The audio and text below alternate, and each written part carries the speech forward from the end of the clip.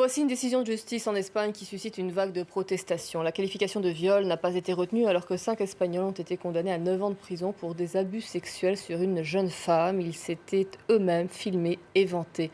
La correspondance de Mélina Huet.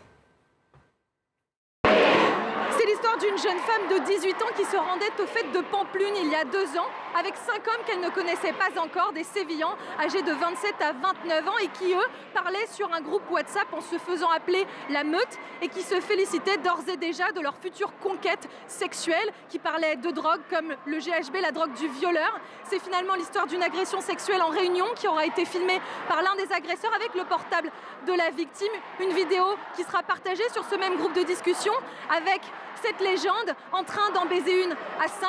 C'est l'histoire d'un procès qui aura duré 2 ans, qui aura ému la totalité du pays. Un procès dans lequel la question du consentement sera finalement majeure.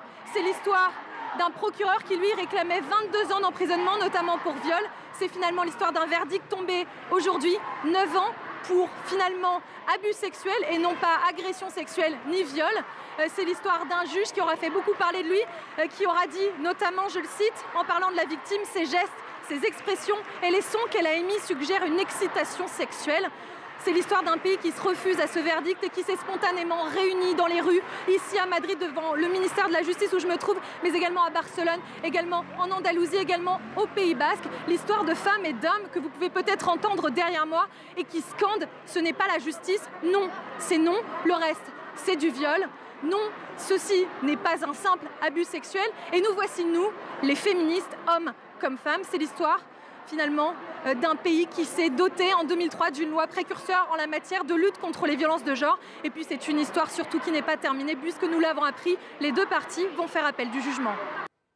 Et je précise que le ministre de la Justice envisage tout de même finalement de réfléchir à une réforme de la législation espagnole sur les agressions sexuelles.